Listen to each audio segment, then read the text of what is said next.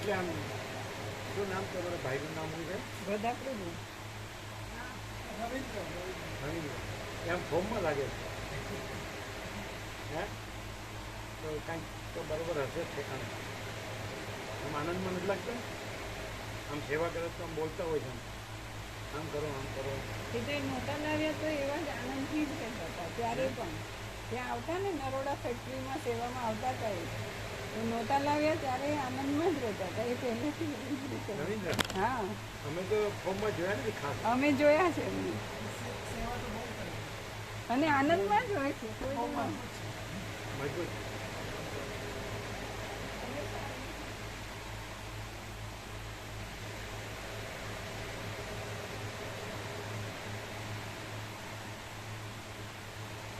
આમ સાસુ સસરાની સેવા કરે એમ? બહુ સાસુ સસરાની સેવા કરે એના ભાઈનું એની વખાણ કરે. હે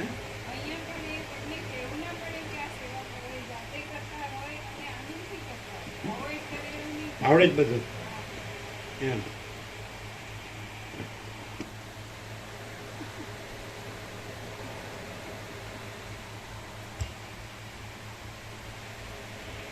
હે મુનિ, યૌવનમાં તે અવસ્થાએ જ વધારેલા અને સ્ત્રીના પ્રસંગમાં પુરુષ તથા જુગાર આદિ વ્યસનોને ઉત્પન્ન કરનારા રાગ તથા લોભ આદિ પ્રસિદ્ધ દોષો પોતામય જ થયેલા અને ચિંતા આદિથી ઘેરાયેલા ચિત્તવાળા પુરુષને દુઃખી કરી નાખે છે. જે લોકો મહાન નરકના બીજરૂપ અને નિરંતર સંભ્રમ આપનારા યૌવનથી પરવશ થતા નથી તે લોકો બીજા કોઈથી પરવશ થતા નથી. જે લોકો મહાન નરકના બીજરૂપ અને નિરંતર સંભ્રમ આપનારા યૌવનથી પરવશ થતા નથી તે લોકો બીજા કોઈથી પરવશ થતા નથી. જે લોકો મહાન નરકના બીજરૂપ અને નિરંતર સંભ્રમ આપનારા યૌવનથી પરવશ થતા નથી તે લોકો બીજા કોઈથી પરવશ થતા નથી. જે પુરુષ અનેક પ્રકારના રસો, અભિલાષો અને જળોથી ભરેલી અને વિચિત્ર વૃત્તાંતોના સમૂહવાળી આ યૌવનરૂપી ભયંકર વનભૂમિનો નીચ કામ કર્યા વિના પાર પામે છે તે જ ધીર કહેવાય છે. જે પુરુષ અનેક પ્રકારના રસો, અભિલાષો અને જળોથી ભરેલી અને વિચિત્ર વૃત્તાંતોના સમૂહવાળી આ યૌવનરૂપી ભયંકર વનભૂમિનો નીચ કામ કર્યા વિના પાર પામે છે તે જ ધીર કહેવાય છે. આ મંગલરૂપ યૌવન વીજળીના પ્રકાશની પેઠે પળવાર રહેનારું છે અને અતિ ચંચળ મેઘની જેમ ગર્જનાઓથી, ગાજવાથી અને અભિમાનના વચનોથી ભરેલું છે. મને તે ગમતું નથી. આ યૌવન મદિરાના વિલાસની પેઠે મધુર છે, પ્રિય લાગે એવું છે, તીખું છે, પરિણામે દુષ્ટ છે અને સઘળા દોષોના શિરોમણી રૂપ છે. મને તે ગમતું નથી. આ યૌવન સ્વપ્નમાં થયેલા સ્ત્રીના સમાગમ પેઠે અસત્ય છે, સત્ય જેવું લાગે છે અને થોડી વારમાં ઠગીને જતું રહેનારું છે. મને તે ગમતું નથી. આ યૌવન ગંધર્વનગરની પેઠે ક્ષણિક પદાર્થોમાં અગ્રેસર છે અને ક્ષણ માત્રમાં સઘળા માણસોના મનને હરનારું છે. મને તે ગમતું નથી. છૂટેલા બાણને નિશાન પર પડતા જેટલી વાર લાગે તેટલી જ વાર સુધી સુખ દેનારું, દુઃખમય જણાતું અને નિરંતર બળતરા કરાવનારું આ યૌવન મને ગમતું નથી. આ યૌવન વેશ્યાના સમાગમની પેઠે ઉપરથી જ રમણીય છે અને અંદર સદભાવ વગરનું છે. મને તે ગમતું નથી. જેમ પ્રલયકાળમાં મોટા મોટા ઉત્પાતો દેખાવ દે છે તેમ સર્વને દુઃખ દેનારા સૌ કોઈ સમારંભો આ યુવાનીના સમયમાં જ દેખાવ દે છે. ભગવાન સદાશિવ ભયંકર આકૃતિવાળા છે તો પણ હૃદયમાં અંધારું કરી દેનારી યૌવનમાં થતી અજ્ઞાનરૂપી રાત્રિથી ભય પામે છે. તેથી તે જ્ઞાનરૂપ ચંદ્રને ધરી રહ્યા છે. આ યૌવન સંબંધી મોહ શુભ આચારને અત્યંત ભૂલાવનારી અને બુદ્ધિને ભ્રંશ કરનારી મહાભ્રાંતિને ઉત્પન્ન કરે છે. યૌવનમાં પુરુષ વા સ્ત્રી હૃદયમાં સ્ત્રી વા પુરુષના વિયોગથી ઉત્પન્ન થયેલા અસહ્ય શોકરૂપી અગ્નિથી જેમ ઝાડ દાવાનળથી બળે છે, તેમ મનુષ્ય યૌવન અવસ્થામાં કાંતાના વિયોગથી થયેલા અસહ્ય શોકાગ્નિથી બળે છે. બુદ્ધિ નિર્મળ હોય, વિશાળ હોય અને પવિત્ર હોય તો પણ તે વર્ષા ઋતુની નદીની જેમ યૌવનના સમયમાં મેલી થઈ જાય છે. કદાચ ઘાટા કલ્લોલવાળી ભયંકર નદીને ઓળંગી શકાય, પણ યુવાનીમાં ચપળ થયેલી અને તૃષ્ણાથી ઇન્દ્રિયોને ચપળ કરનારી ચિત્તની વૃત્તિને તો ઓળંગી શકાતી નથી. પેલી સ્ત્રી, એના પેલા પુષ્ટ સ્તન, પેલા વિલાસો અને પેલું સુંદર મોં, એવી ચિંતાઓથી યુવાનીમાં પુરુષનું મન જાજરૂ થઈ જાય છે. સ્ત્રીનું મન પુરુષના રૂપાદિની ચિંતાઓથી જાજરૂ થઈ જાય છે. કપાઈ ગયેલા જૂના ખડના તણખલાને જેમ કોઈ ગણનામાં લેતું નથી, તેમ સત્પુરુષો યુવાનીની ચંચળ તૃષ્ણાઓથી પીડાયેલા પુરુષને ગણનામાં લેતા નથી. કપાઈ ગયેલા જૂના ખડના તણખલાને જેમ કોઈ ગણનામાં લેતું નથી, તેમ સત્પુરુષો યુવાનીની ચંચળ તૃષ્ણાઓથી પીડાયેલા પુરુષને ગણનામાં લેતા નથી. કપાઈ ગયેલા જૂના ખડના તણખલાને જેમ કોઈ ગણનામાં લેતું નથી, તેમ સત્પુરુષો યુવાનીની ચંચળ તૃષ્ણાઓથી પીડાયેલા પુરુષને ગણનામાં લેતા નથી. મદથી ઘેરાયેલા અને દોષરૂપી મોતીને ધરનારા અભિમાનરૂપી મહાગજને યૌવન એ નિરંતર બંધાઈ રહેવાનો નાશકારી એક ખીલો છે. યૌવન એ એક મનરૂપી મોટા મૂળવાળા તથા દોષરૂપી સર્પોને ધારણ કરનારા રોષભર્યા રોદનરૂપ વૃક્ષોનું વન છે.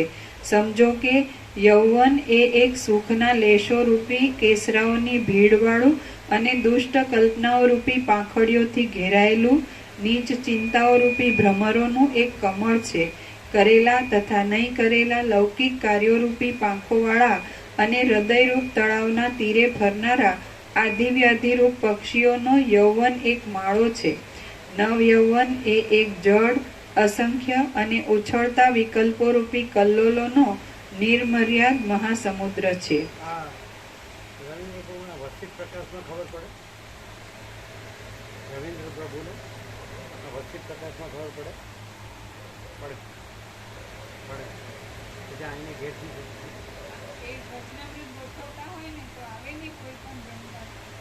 એ વચનામૃત ગોઠવતા હોય ને પછી કોઈ બ્રહ્મવાક્ય આવે ને તો બાજુવાળાને બતાવે, જો આમ જો એમ કરી. ઘેરથી માતાજી તત્વબોધની વાત નથી કરતા, પણ સેવા ને બધું ફૂલ ભાવથી કરે અને બધાની સાથે સરખી રીતે સાંભળે છે.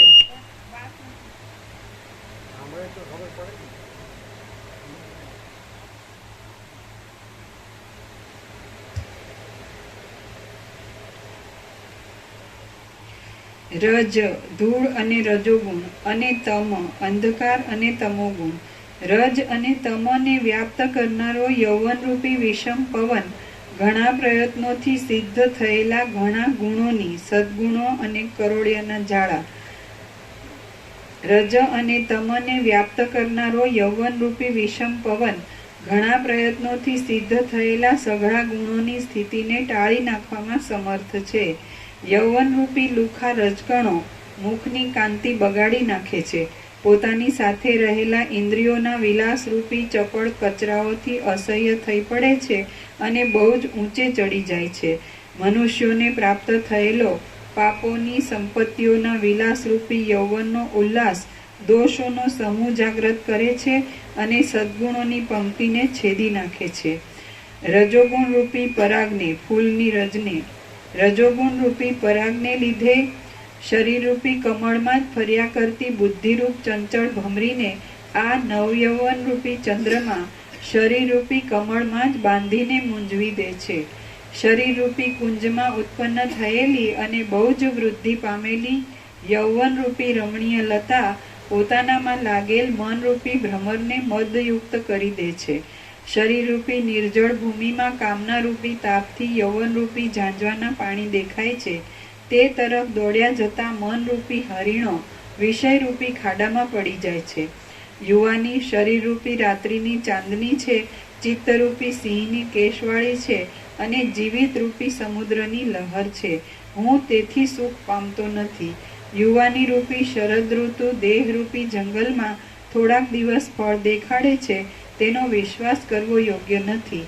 ચિંતામણી જેમ અભાગી માણસના હાથમાંથી તરત જતો રહે છે, તેમ યૌવનરૂપી પક્ષી શરીરરૂપી વૃક્ષમાંથી તુરત ઉડી જાય છે. યૌવન જ્યારે જ્યારે ભારે ઊંચી સ્થિતિ પર ચડે છે, ત્યારે ત્યારે સંતાપ અને મનોરથો ભારે વૃદ્ધિ પામે છે અને તેથી મનુષ્યોનો કેવળ નાશ જ થાય છે. આ યુવાની રૂપ રાત્રિ જ્યાં સુધી સમૂળગી મટી ગઈ નથી, ત્યાં સુધી જ રાગ અને દ્વેષરૂપી પિશાચણીઓ વિશેષે કરીને ફર્યા કરે છે. અનેક પ્રકારના વિકારોથી વ્યાપ્ત થયેલું અને ક્ષણ માત્રમાં નાશ પામનારું આ બિચારું યૌવન મરવા પડેલા પુત્ર જેવું છે. તેનો તો શોક કરવો જ ઘટે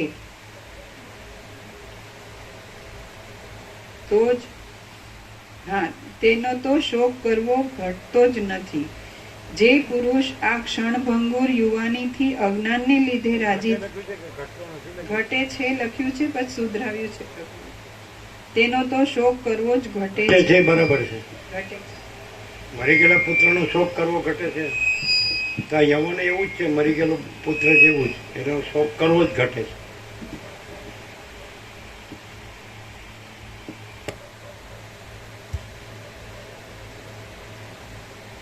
અનેક પ્રકારના વિકારોથી વ્યાપ્ત થયેલું અને ક્ષણ માત્રમાં નાશ પામનારું આ બિચારું યૌવન મરવા પડેલા પુત્ર જેવું છે.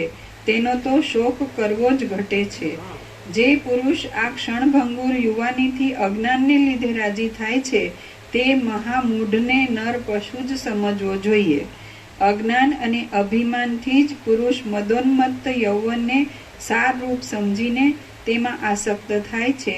તે દુર્બુદ્ધિ પુરુષને થોડા દિવસમાં જ પસ્તાવો કરવાનો વારો આવે છે.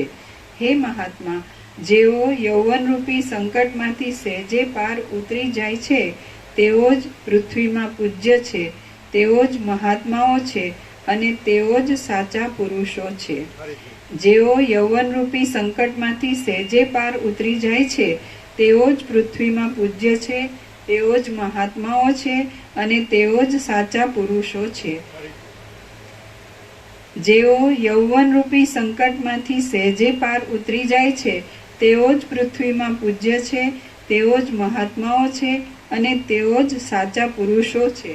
કદાચ મોટા મોટા મગરોની ખાણરૂપ એવા સમુદ્રને સુખથી તરી શકાય, પણ રાગદ્વેષાદી કલ્લોલોના બળથી છલકાતા અને દોષોથી ભરેલા અભાગ્યા યૌવનને સુખથી તરી શકાય નહીં. હે મુનીશ્વર, જેમ આકાશમાં સુંદર વૃક્ષોથી શોભી રહેલું દેવતાઓના દયાથી પ્રસંગવાળું, દયાથી દીપતું અને ફળ પુષ્પાદિકની સંપત્તિવાળું ઉપવન જગતની અંદર બહુ જ દુર્લભ છે, તેમ આ મનુષ્ય જન્મમાં પણ વિનયોથી શોભી રહેલું, મહાત્માઓના પ્રસંગવાળું, દયાથી દીપતું અને સદ્ગુણોની સંપત્તિવાળું સુયૌવન પણ બહુ જ દુર્લભ છે. જેમ આકાશમાં સુંદર વૃક્ષોથી શોભી રહેલું, દેવતાઓના દયાથી પ્રસંગવાળું, દયાથી દીપતું અને ફળ પુષ્પાદિકની સંપત્તિવાળું ઉપવન જગતની અંદર બહુ જ દુર્લભ છે, તેમ આ મનુષ્ય જન્મમાં પણ વિનયોથી શોભી રહેલું, મહાત્માઓના પ્રસંગવાળું, દયાથી દીપતું અને સદ્ગુણોની સંપત્તિવાળું સુયૌવન પણ બહુ જ દુર્લભ છે. શ્રી યોગ વાસિષ્ઠ મહારામાયણમાં વૈરાગ્ય પ્રકરણનો યૌવન ગર્હા નામનો સર્ગ 20મો સમાપ્ત. સર્ગ 21મો, સ્ત્રીના શરીરની નિંદા. આ 21મા સર્ગમાં સ્ત્રીના શરીરની નિંદા કરવામાં આવશે. 20મો સર્ગ પૂરો થયો ત્યાં એક ટાંક છે. આ મનુષ્ય જન્મમાં પણ વિનયોથી શોભી રહેલું, મહાત્માઓના પ્રસંગવાળું, દયાથી દીપતું અને સદ્ગુણોની સંપત્તિવાળું સુયૌવન પણ બહુ જ દુર્લભ છે. એવી રીતે જ યુવાન પુરુષે કે યુવાન સ્ત્રીએ પોતાનું યૌવન વ્યતીત કરવું જોઈએ. સર્ગ 21મો. સ્ત્રીના શરીરની નિંદા. આ 21મા સર્ગમાં સ્ત્રીના શરીરની નિંદા કરવામાં આવશે. રામ બોલ્યા, નસો અને હાડકાની ગૂંથણીથી શોભનારી માંસની પૂતળી રૂપ અને યંત્રની પેઠે હાલ્યા કરતા સ્ત્રીના શરીરરૂપી પાંજરામાં તે શું સોહામણું છે? ચામડી, માંસ, લોહી અને પાણીને જુદા પાડીને સ્ત્રીના નેત્રોને જુઓ તો ખરા, તેમાં રમણીય પદાર્થ કયો રહે છે? અને છતાં તે ઉપર શા માટે ફોગટનો મોહ કરીએ? સ્ત્રીનું આ શરીર બહાર કેશથી અને અંદર લોહીથી ભરેલું છે. એ અત્યંત બીભત્સ શરીરનું વિવેકીને શું પ્રયોજન છે? હે મુનિ, સર્વ પ્રાણીઓના જે અંગોને વસ્ત્રોથી અને ચંદન આદિના લેપનોથી વારંવાર લાડ લડાવવામાં આવે છે, તે અંગોને અંતે તો માંસ ખાનારા ગરંજ અને શિયાળવા આદિ પશુઓ ફાડી જ ખાય છે. સ્ત્રીના જે સ્તનો ઉપર મેરુ પર્વતના શિખર ઉપરથી પડતા ગંગાજળના પ્રવાહ જેવી મોતીના હારોની હલક જોવામાં આવી હોય છે, તે જ સ્તનોને સમય પ્રાપ્ત થતાં કૂતરાઓ સ્મશાનોના ભાગોમાં અન્નના ગોળાની પેઠે ચપોચપ ખાઈ જાય છે. લોહી, માંસ અને હાડકાથી જ બનેલા ઊંટના અંગોના વનમાં જે સંસ્કાર થાય છે, તે જ કામિનીના અંગોના પણ થાય છે. છતાં સ્ત્રી ઉપર આટલો આગ્રહ આમ શા માટે હોય? હે મુનિ, સ્ત્રીનું અંગ કેવળ ઉપરથી જોતા રમણીય છે એમ કલ્પવામાં આવે છે, પણ મને તો લાગે છે કે તે ઉપરથી પણ રમણીય નથી. કેવળ મોહને લીધે જ આ રમણીયપણું લાગે છે. મદિરા અને સ્ત્રી એ બંને મદ તથા મદનને લીધે ભારે ઉલ્લાસ આપનારા છે. અને મોહ શબ્દ ભ્રાંતિવાચક જ નથી. ભ્રાંતિ શબ્દ સમજાયો નથી એટલે કાંઈ નથી. ભ્રાંતિ એટલે કાંઈ નથી, એમ ખાલી મિથ્યા ભ્રાંતિ, એવું ને.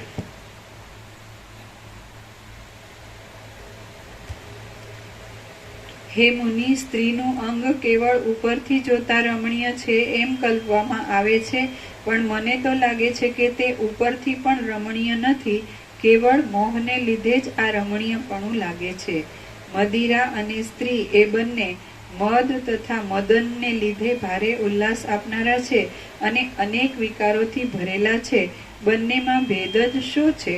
હે મુનિ, સ્ત્રીઓ રૂપી ખીલાઓમાં મદને લીધે સૂઈ ગયેલા પુરુષો રૂપ હાથીઓ શાંતિના વચનો રૂપી દ્રઢ અંકુશો વાગવા છતાં જાગ્રત થતા નથી. પાપ રૂપ અગ્નિની જ્વાળાઓ રૂપ સ્ત્રીઓ કેશરૂપી કાજળ ધારણ કરે છે, સ્પર્શ કરવામાં અશક્ય છે ને આંખને પ્રિયકારી છે, અને તેઓ પુરુષને ખડની પેઠે બાળી નાખે છે. ઉપરથી રસવાળી જણાતી છતાં વાસ્તવિક રીતે રસ વિનાની, એટલે ઉપરથી સુંદર દેખાતી છતાં પરિણામે દારૂણ ફળ આપનારી સ્ત્રીઓ છેટે સળગતા નરકરૂપ અગ્નિઓને પણ લાકડાની પેઠે ઉત્તેજન આપે છે.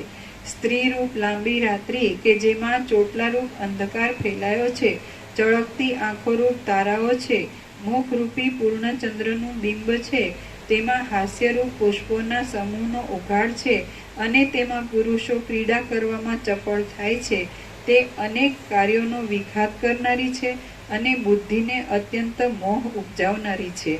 કાંતા એ વિષલતા છે. પુષ્પથી, રજસ્વાલાપણાથી અને ફૂલથી તે મનોહર તથા મધુર લાગે છે. હાથરૂપી પાંદડાઓથી તે શોભે છે. આંખોના વિલાસરૂપ ભ્રમરોને તે ધારે છે. સ્તનરૂપી ગુચ્છોને તે ધારણ કરે છે. ફૂલના કેસરાઓને લીધે તે ગૌરાંગી છે અને માણસોને મારવામાં તે તત્પર રહે છે. તે લોકોને ઉન્મત્ત અને પરવશ કરી નાખે છે. ખોટા સત્કારરૂપ શ્વાસથી જાર પુરુષો રૂપી સર્પોનો વિનાશ કરવામાં ઉત્કંઠા ધરનારી એ સ્ત્રીરૂપ રીંછડી પુરુષરૂપ સર્પને બળાત્કારથી સુમાર્ગરૂપી રાફડામાંથી બહાર કાઢે છે. નીચે ટાંચ છે. રીંછડી પોતાના ફૂંફાડાથી સર્પને રાફડામાંથી બહાર કાઢી ખાઈ જાય છે, એ વાત પ્રસિદ્ધ છે. કામદેવ નામના ભિલ્લે મૂઢ ચિત્તવાળા પુરુષોરૂપી પક્ષીઓને બાંધી લેવા માટે આ સ્ત્રી રૂપી જાળ પાથરી છે. હે મહારાજ, સ્ત્રી રૂપી મોટા ખીલામાં રતિરૂપ સાંકળથી બંધાયેલો મન રૂપી મદગળ માતંગ હે મહારાજ, સ્ત્રી રૂપી મોટા ખીલામાં રતિરૂપ સાંકળથી બંધાયેલો મન રૂપી મદગળ માતંગ મૂંગાની પેઠે ઊભો રહે છે. જન્મરૂપી ખાબોચિયામાં પડેલા અને ધનરૂપી કાદવમાં લોટતા પુરુષોરૂપી માછલાઓ માટે નીચ વાસનારૂપ દોરીવાળી સ્ત્રી રૂપ એક કુંડી ગલ છે. ઘોડાર જેમ ઘોડાને, ખીલો જેમ હાથીને અને મંત્ર જેમ સર્પને બંધનકારક છે, તેમ સ્ત્રી પુરુષોને બંધન આપનારી છે. હે મુનિ, અનેક રસોવાળી આ બ્રહ્માંડ રૂપી વિચિત્ર ભૂમિ અહીં સ્ત્રીના આશ્રયથી જ ભારે દ્રઢ સ્થિતિ પામી છે. સઘળા દોષોરૂપી રત્નોના દ્રઢ ડાબલારૂપ અને દુઃખોની સાંકળરૂપ એ સ્ત્રીનું મારે કદી પણ કશું પ્રયોજન નથી. સ્ત્રીના સ્તન, નેત્ર, નિતંબ અને ભ્રમણ એ બધા તુચ્છ છે અને માત્ર માંસરૂપી જ સારવાળા છે. તેમને હું શું કરું? હે મુનિ, સ્ત્રીના શરીરમાં અહીં માંસ છે, અહીં લોહી છે, તો ત્યારે હાડકાં પણ છે. ગણ્યા દાડામાં જ એ શરીર વીંખાઈ જાય છે. હે પિતા, સ્થૂલ બુદ્ધિવાળા પુરુષો જે પ્રિયાઓને બહુ લાડ લડાવે છે, તે જ પ્રિયાઓ પાછી અંગે અંગ વિખાઈ જઈ સ્મશાનમાં સૂવે છે. હે બ્રહ્મન, સ્ત્રીઓના જે મુખ ઉપર પતિએ અત્યંત સ્નેહપૂર્વક ચંદન આદિના ચિત્રો આલેખ્યા હોય છે, તે જ મુખ પાછું જંગલમાં સુકાયા કરે છે. કંઈક દાડે સ્ત્રીના કેશ મસાણમાં વૃક્ષો ઉપર ભૂખરા ચામર વાળની જેમ લટક્યા કરે છે અને તેના હાડકાં ટુકડે ટુકડા થઈને પૃથ્વી પરના ઝીણા ઝીણા તારાઓ જેવા લાગે છે. સ્ત્રીનો પ્રાણરૂપી પવન આકાશમાં જતો રહે છે, તેની ચામડીને શિયાળવા ખાઈ જાય છે, તેનું લોહી ધૂળથી સુકાઈ જાય છે, અથવા તે લોહીને અનેક માંસાહારી પશુ પક્ષીઓ પી જાય છે. હે લોકો, સ્ત્રીઓના અંગોની આ જે સ્થિતિ થોડા દિવસોમાં જ થનારી છે, તે મેં તમને કહી સંભળાવી. આમ છતાં તમે કેમ ભ્રાંતિને જ અનુસર્યા કરો છો? ભ્રાંતિ. સ્ત્રી નામનું આ ઓઠું પંચમહાભૂતોના સંઘાતથી બનેલું છે. બુદ્ધિમાન પુરુષ એમાં રસ છે એવી ભૂલથી તેના ઉપર કેમ દોડે છે? સ્ત્રીની ચિંતા વગડાવ લતા જેવી છે. તે આસપાસની વિપત્તિઓ રૂપી શાખાઓથી ઘાટી છે. શોક તથા તાપ આદિ કડવા તથા ખાટા ફળોવાળી છે અને દિવસે દિવસે ઊંચી જ વધતી રહી છે. ઘાટી તૃષ્ણાથી આંધળું અને વ્યાકુળ થયેલું ચિત્ત ટોળામાંથી છૂટા પડેલા મૃગની પેઠે ક્યાં જાઉં અને કેમ કરું એવા પ્રકારની ચિંતાથી અત્યંત મૂંઝાઈ જાય છે. વિંધ્યાચળમાં જેમ હાથી હાથીણીના લોભમાં લલચાઈને ખાડામાં સપડાઈ જાય છે, તેમ તરુણ પુરુષ તરુણ સ્ત્રીના લોભમાં લલચાઈ મહાન શોક પામે છે. જેને સ્ત્રી હોય છે તેને ભોગની ઈચ્છા રહે છે, પણ સ્ત્રી વગરનાને ભોગનું સ્થળ ક્યાં હોય? સ્ત્રીનો ત્યાગ કરવાથી જગતનો ત્યાગ થાય છે અને જગતનો ત્યાગ કરવાથી સુખ સાંપડે છે. સ્ત્રીનો ત્યાગ કરવાથી જગતનો ત્યાગ થાય છે અને જગતનો ત્યાગ થવાથી સુખ સાંપડે છે. ભોગો તો માત્ર ઉપરથી જ રમણીય લાગે છે, તેઓ બહુ જ દુસ્તર છે અને ભમરાઓની પાંખોના મૂળની પેઠે અત્યંત ચંચળ છે. હે બ્રહ્મન, મરણ, રોગ અને ઘડપણ આદિની બીકને લીધે હું તેમને વિશે આસક્ત થતો નથી. હું તો શાંત રહું છું અને પ્રયત્નપૂર્વક પરમ પદ પામવા માટે મનમાં ઉત્કંઠા રાખું છું. શ્રી યોગ વાસિષ્ઠ મહારામાયણમાં વૈરાગ્ય પ્રકરણનો સ્ત્રી જુગુપ્સા. નીચે ટાંચ છે. મુમુક્ષુ પુરુષના હૃદયમાં અનાદિકાળથી રહેલી સ્ત્રી શરીરના રમણીયપણાની ભ્રાંતિ દૂર કરવા જેમ સ્ત્રી શરીરના દોષો દેખાડ્યા, તેમ મુમુક્ષુ સ્ત્રીએ પુરુષ શરીરના રમણીયપણાની ભ્રાંતિ દૂર કરવા પુરુષ શરીરના દોષોને જોવા. શ્રી યોગ વાસિષ્ઠ મહારામાયણમાં વૈરાગ્ય પ્રકરણનો સ્ત્રી જુગુપ્સા નામનો સર્ગ 21મો સમાપ્ત. સર્ગ 22મો. વૃદ્ધપણાની નિંદા. આ 22મા સર્ગમાં ઘડપણની નિંદા કરવામાં આવશે. રામ બોલ્યા, બાલ્યાવસ્થાના રમત આદિના અભિલાષ હજી તો પૂરા થયા નથી, ત્યાં તો યૌવન તેને ગળી જાય છે. પછી યૌવનના પણ ભોગ ભોગવવાના અભિલાષ પૂરા ન થયા હોય ત્યાં જરાવસ્થા તેને ગળી જાય છે. જુઓ તો ખરા, આ અવસ્થાઓ પણ પરસ્પર કેવી ક્રૂરતા રાખે છે. જેમ વજ્ર જેવું હિમ કમળનો નાશ કરે છે, વાવંટોળ જેમ શરદ ઋતુના કમળનો નાશ કરે છે, અને નદી જેમ કાંઠા ઉપરના વૃક્ષોનો નાશ કરે છે, તેમ વૃદ્ધાવસ્થા દેહનો નાશ કરે છે. જેમ ખાવામાં આવેલું ઝેર તરત દેહના રૂપને બગાડી નાખે છે, તેમ સઘળા અંગોને જર્જરિત કરનારી અને ઘરડા રૂપવાળી જરાવસ્થા તરત દેહના રૂપને બગાડી નાખે છે. જરાવસ્થાથી જેના શરીર જીર્ણ થઈ ગયા છે અને તેથી જેના સઘળા અંગો શિથિલ તથા લાંબા થઈ ગયા હોય છે, તે પુરુષને સ્ત્રીઓ ઊંટ જેવો ગણે છે. સહજમાં દીનતા આપનારી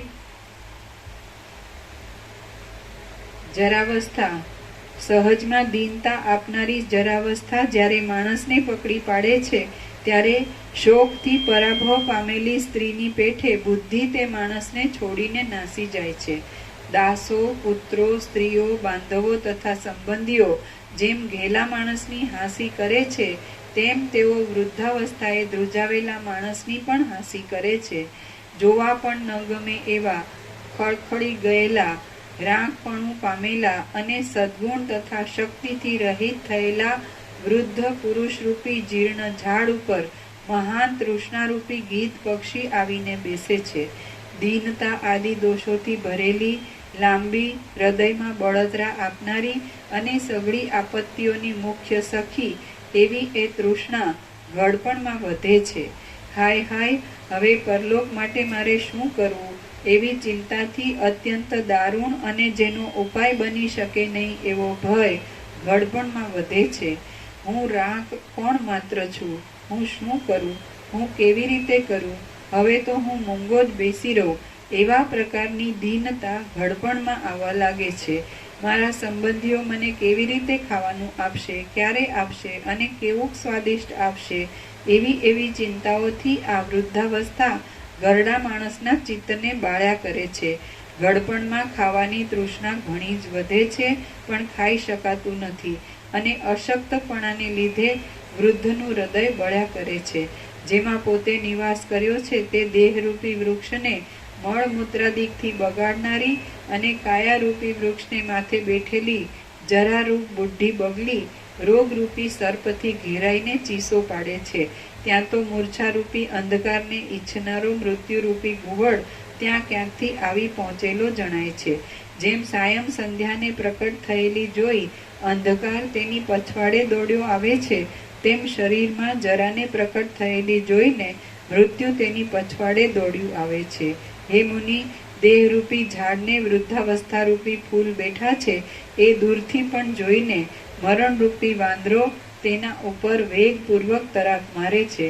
કદાચ ઉજ્જડ નગર પણ શોભે, કપાઈ ગયેલી લતાઓવાળું ઝાડ પણ શોભે અને વરસાદ વિનાનો દેશ પણ શોભે, પરંતુ જરાથી જર્જરિત થયેલો દેહ કદી શોભતો નથી. ઉધરસરૂપી રણકારા કરતી જરારૂપ ગીધ પંખણી માણસરૂપી માંસને ક્ષણ માત્રમાં ગળી જવા માટે તેના ઉપર ઝડપભેર તરાપ મારે છે. જેમ કોઈ નાની છોકરી કમળને જોતા જ આતુર થઈને 2 ઘડીમાં તેને માથેથી પકડીને ચીરી નાખે છે, તેમ વૃદ્ધાવસ્થા દેહને જોતા જ આતુર બનીને જરાવારમાં તેને માથેથી પકડીને ચીરી નાખે છે. જેમ સિસકારા કરનારો અને ધૂળથી બરડ થયેલો શિયાળાનો પવન ઝાડના પાંદડાને જર્જરિત કરીને ફાડી નાખે છે, તેમ સિસકારા કરાવનારી અને રોગરૂપી ધૂળથી બરડ થયેલી આ વૃદ્ધાવસ્થા શરીરને જર્જરિત કરી ફાડી નાખે છે. જરાની ઝપટથી જર્જરિત થયેલો દેહ હિમના સમૂહો પડવાથી કરમાઈ ગયેલા કમળ જેવો લાગે છે. જરારૂપ ચાંદની જ્યાં માથારૂપી પર્વત ઉપર ઉદય પામે છે, ત્યાં તે વાયુ અને ઉધરસરૂપી રાત્રિ વિકાસી કમળોને પ્રફુલ્લિત કરી દે છે. માણસના માથારૂપ કોળાને પાકેલું અને જરારૂપી ખારથી ભૂખરું થયેલું જોઈને તેના પર સ્વામિત્વ કરનારો કાળ તેને ખાઈ જાય છે. જ્યારે આયુષ્યરૂપી પ્રવાહ મહાવેગથી ચાલવા લાગે છે ત્યારે જરારૂપી જાહ્નવી આ શરીરરૂપી કાંઠે રહેલા વૃક્ષોના મૂળોને મહા ઉદ્યોગપૂર્વક કાપવા માંડે છે. શરીરરૂપી માંસને ખાવા ઈચ્છતી જરારૂપી મહા ઉદ્ધત બિલાડી વિષયરૂપી ખાડાને ખોદનારા યૌવનરૂપી ઉંદરને ખાઈ જાય છે અને અત્યંત આનંદમાં આવી જાય છે.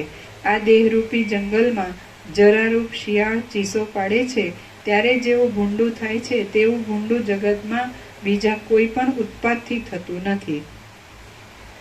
ઉધરસ તથા શ્વાસરૂપ છીમછીમાટવાળી અને દુઃખરૂપી ધુમાડાથી મૂંઝવી દેનારી આ જરારૂપી જ્વાળા જેના શરીરમાં બળતી હોય તેને બળેલો જ સમજવો.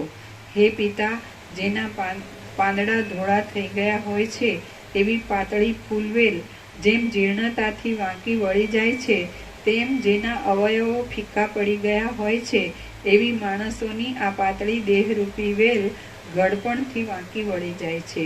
હે મુનિ, મરણરૂપી માતંગ જરારૂપી કપૂરથી ધોળી થયેલી કાયારૂપી કેળ વૃક્ષને તુરત ઉખેડી નાખે છે. હે મુનિ, મરણરૂપી રાજા આવવાને સજ્જ થાય છે ત્યારે જરારૂપી ધોળા ચામરવાળી રોગો તથા ઉદ્વેગોની સેના આગળથી જ નીકળે છે. હે મુનિ, જુઓ, જેઓ કોઈ પણ શત્રુઓથી યુદ્ધમાં જીતાયા ન હોય અને પર્વતની ગુફામાં પેસી ગયા હોય તેઓ પણ જરારૂપ બુઢી રાક્ષસીથી થોડી વારમાં જીતાઈ જાય છે. જરારૂપી હિમ પડવાથી શરીરરૂપી ઘર વાંકું વળી જાય છે અને ઇન્દ્રિયરૂપી બાળકો તેમાં કાંઈ પણ ક્રિયા કરી શકતા નથી. લાકડીરૂપ ત્રીજા પગવાળી અને વારંવાર ઠેસો ખાતી જરારૂપી બુઢી વેશ્યા ઉધરસ અને અધોવાયુરૂપ મૃદંગ વાગતા નાચ્યા કરે છે.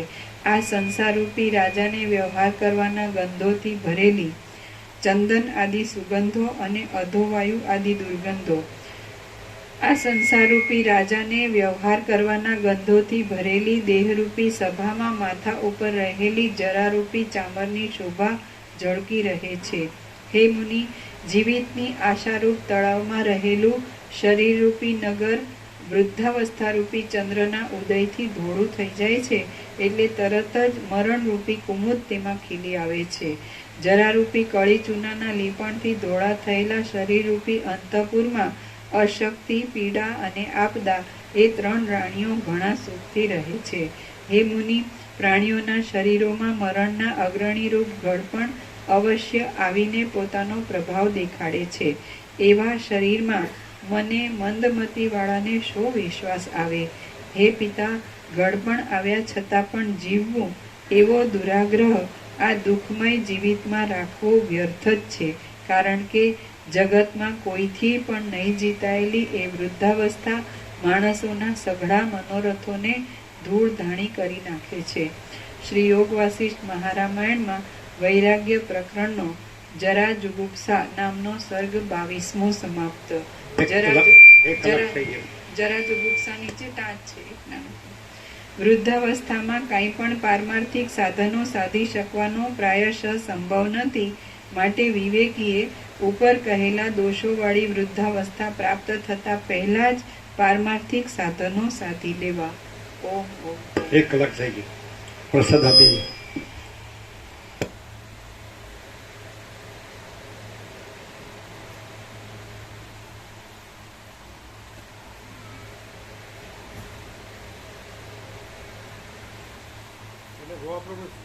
અત્યારે અડધો કલાક લેટ થયા, સવારે પાછું લેટ ન થવાય. તમે લેટ આવો છો, સવારે એ લોકો લેટ આવે, તમે 5:15 આવો છો.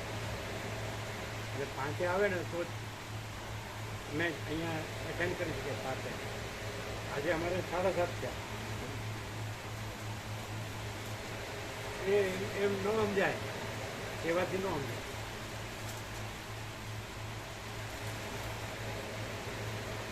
અમારે આ એટેન્ડ કરવું પડે છે એવું સમજાય ને તો સમજાય. અમારે આ ટાઈમસર એટેન્ડ કરવું પડે છે એ સમજાય તો સમજાય. આજે અમે 7:30 આવ્યા. એટલે તમે જેટલું લેટ આવો ને એટલું અમારે અહીંયા લેટ. અમારે કાંઈ ફેર પડતો નથી. આ બધા બેસી રહે ને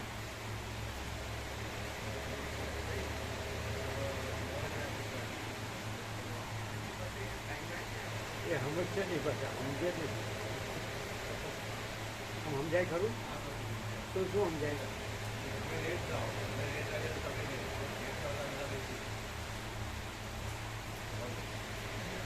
પછી સમજાય ખરું, પણ પછી એવી રીતે રહે તો ખરા.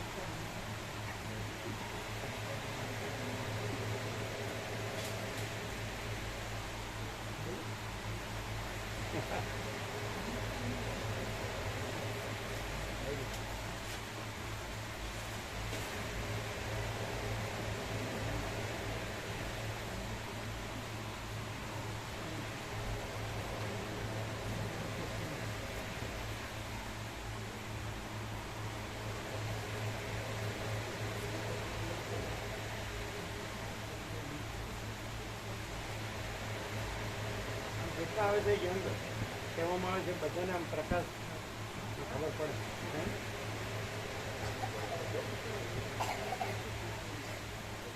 એટલે બધા માળીઓ માતાજીઓ બધાને ગામમાં બધાને ખબર પડે. એટલે શું કે આમ એટલે શું આમ તમને લાગે છે ફરક લાગે? પહેલાં જે જીવન હોય લાઈફસ્ટાઈલ હોય ને હવે હોય એમાં શું થયેલું? એ બધાથી આમ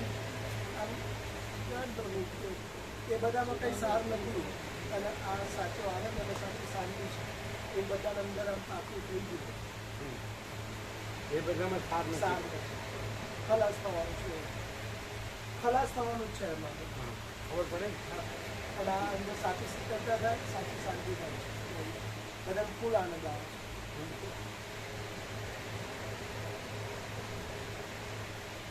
આમાં ફૂલ નથી આનંદ હોતો, ઘરમાં ફૂલ આનંદ.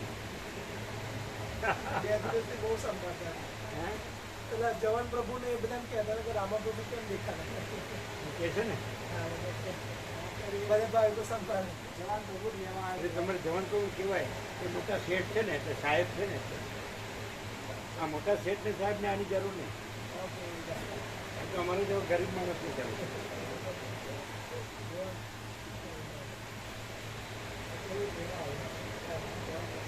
મોટા શેઠ ને સાહેબ હોય ને એને આની જરૂર નહીં. અમારે જેવો ગરીબ માણસને આની જરૂર.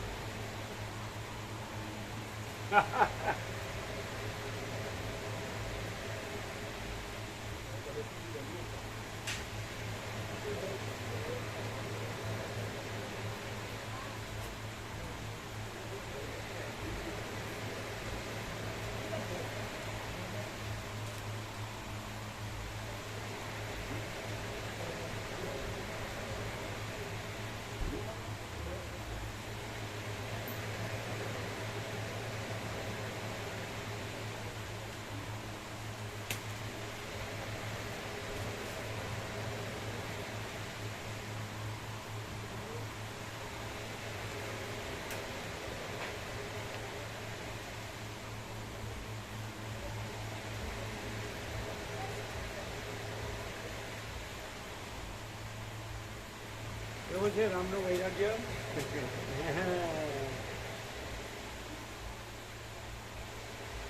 અયોધ્યા રામજી મંદિર જેવું પણ પેલા રામનું વૈરાગ્ય તો સાંભળો.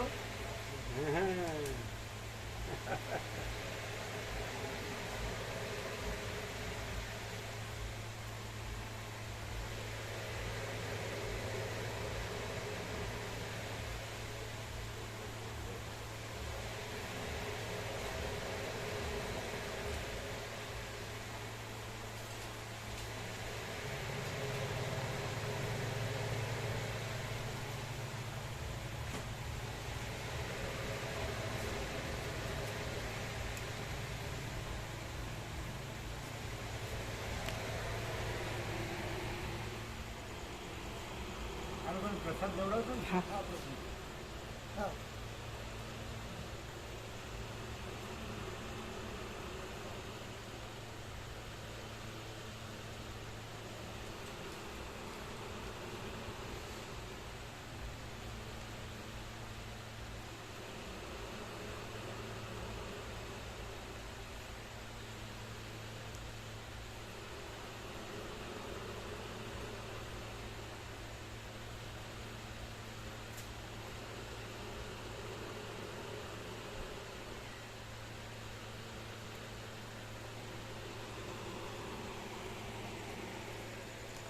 સાથે